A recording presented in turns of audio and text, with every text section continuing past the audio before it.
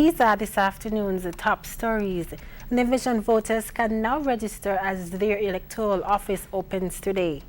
Former Cayman Island Football Association president pleads not guilty in FIFA corruption allegations, and Greek banks open after a 3-week shutdown. Good afternoon. Welcome to the ZIZ Mid newscast. Today is Monday, 20th July 2015. I am Nisha David. In national news, as of today, divisions can begin the process of registration to be on the voters list as the electoral office reopened. Dispelling the notion that the office had not been closed, the supervisor of elections, Elvin Bailey, said the office was not functional in the past. Well, it may have been opened, but I think the more correct term would have been that it is being staffed. So for the period of time between then and now, there has been some training activities taking place, usually by the staff here in St. Kitts who are more versed with the situation. Today saw the swearing in of 2 new registration officers who, according to Bailey, will serve to validate information gathered from applicants. The function of these persons would be to take the information that is gathered by persons who come in to register and do the verification processes and checks and balances that need to be done in order to finalize that list, subject, of course, to any claims that may arise from the registration. On Friday, Ernestine Rollins and Fernan Jacobs also took their oaths as assistant registration officers in the electoral office. Minister responsible for energy, the Honorable Ian Liebert, has outlined the government's plans to advance the nation's energy sector by reducing expenditure and exploring alternate energy sources. During the Prime Minister's press conference, Minister Liebert said one of the initial objectives was to reduce the debt to Petro-Carib, which totals about $67 million.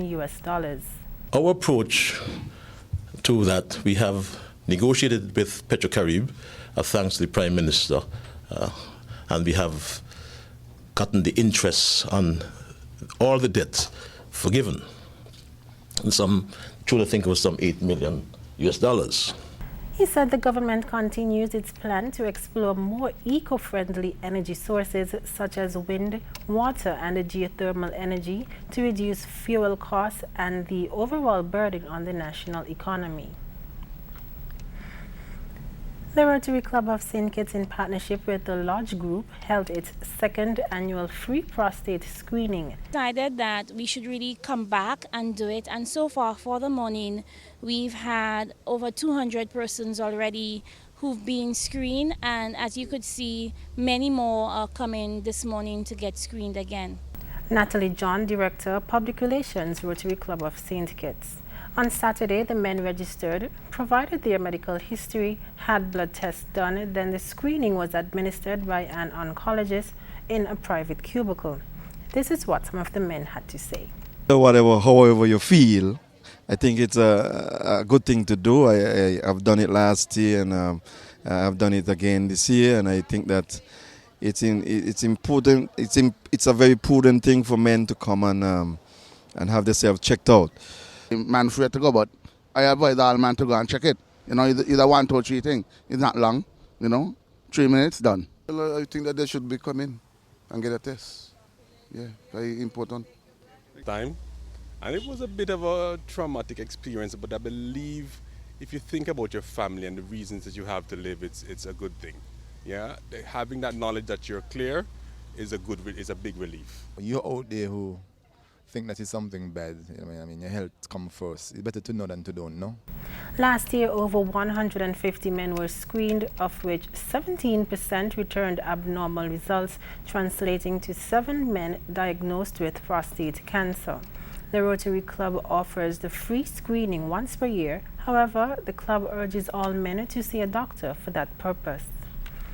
Regionally, former Cayman Island Football Association President Jeffrey Webb has denied allegations of corruption and bribery in the massive FIFA racketeering investigation and has been bailed but placed under house arrest on a $10 billion bond, Cayman News Service reported.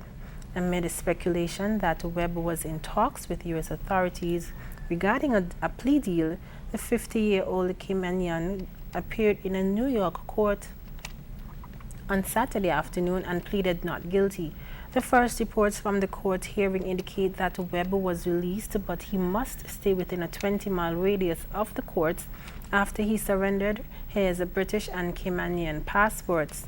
The former Confederation of North, Central American and Caribbean Association Football (CONCACAF) president and the FIFA president was extradited to the United States following his arrest in Switzerland on 27th May with 6 other officials in connection with a probe into football corruption spanning more than 20 years and involving $150 million. Dominica's Prime Minister Roosevelt Skerrit is defending his country's economic citizenship by investment program, according to that island's information service. He says the program is a vital part of the growth and the job creation in Dominica and should be embraced by all citizens. Prime Minister Skerrit said several countries around the world have done well through such programs. People talk about the economic citizenship program. All sorts of aspersions are cast on. But you hear nothing coming out of Cyprus that has had the program for many years. The United States has an economic program which grants you the green card, where tens of thousands of Chinese nationals have invested hundreds of billions of dollars in the United States of America under the EB-5 program. Malta has an economic citizenship program. Portugal has had one. Canada was a pioneer in economic citizenship program. They stopped it about 3 years ago. And at the time they stopped it, they had 60,000 applications within the system. Skerrit said there is a negative impression that is being created about Dominica's citizenship program. And it is this devil that we have to get rid of. And then we find ourselves as citizens of Dominica being quoted, making malicious and unfounded statements about the program, seeking to undermine the program and therefore remove from the feet of Dominicans, under the feet of Dominicans, a very important tool for economic activity, growth and job creation in the country. Jobs that we all are yearning for, better paying jobs that we all are yearning for. The citizenship by investment arm has so far attracted investors, which includes Range Capital Partners Dominica Limited, to build a 100-plus luxury room hotel. Dominica's citizenship program was started in 1999. Internationally, long queues are expected as Greek banks reopen after a 3-week shutdown. Basic services will be up and running, but banks in Athens and across Greece reopened on Monday morning after being closed for 3 weeks.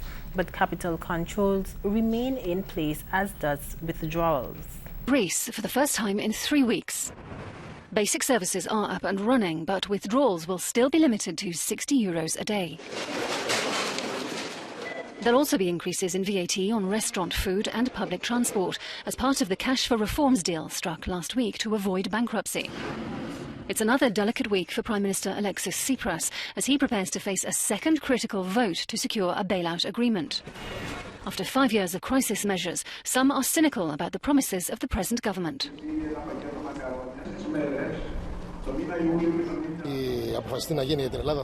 Whatever's been decided for Greece will be done, he says. The new measures will achieve nothing different from what's been going on for the past 5 years.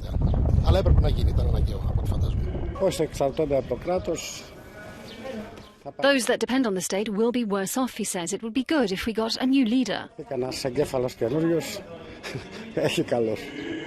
A bridging loan was agreed, allowing the banks to reopen. Athens can also repay debts to the European Central Bank and the International Monetary Fund due on Monday. The UK Guardian says that Britain's Prime Minister David Cameron says the UK should step up and do more in the fight against ISIS in Iraq and Syria, in the clearest sign yet that he is committed to sending UK forces to join US-led airstrikes in Syria. More in this BBC News report. Iraqi soldiers taking on so-called Islamic State, or ISIL, in Anbar province in Iraq.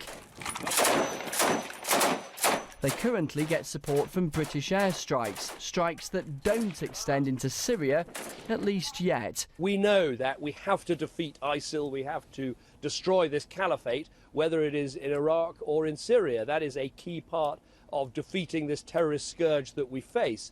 I want Britain to do more. I'll always have to take my parliament with me. We're talking and discussing at the moment. The noes to the left, 285.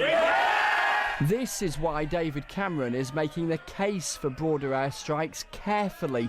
2 years ago, his plan for bombing President Assad's regime in Syria were defeated. And so this time, the Defence Secretary has already set out his argument for striking targets in Syria, and so too has the Prime Minister. But one senior Conservative MP told the BBC today that David Cameron was making up his approach to Syria on the hoof and instead needed a coherent strategy. Once this contest... The candidates hoping to be Labour's next leader were also asked about this today. The party won't have an official position until a winner is announced next month. Now load. And that means, in all likelihood, British forces will continue to train troops fighting IS and carry out airstrikes on Iraq, but nothing more until at least the autumn. Chris Mason, BBC News at Westminster. Taking a look at the weather. Weather forecast valid until 8 a.m. tomorrow. Temperature is recorded at 82 degrees Fahrenheit with winds east-northeast to east at 9 to 17 miles per hour. Seas are moderate with waves up to 6 feet. Therefore, small craft operators and sea bathers should exercise caution. Weather forecast for St. Kitts and Nevis. Skies today will be sunny to partly sunny with isolated brief showers. Later today and tonight, skies will become cloudy at times with scattered showers.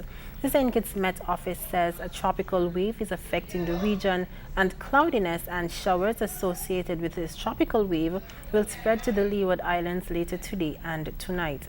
So far, for the month of July, the amount of rainfall is set at 0.39 inches.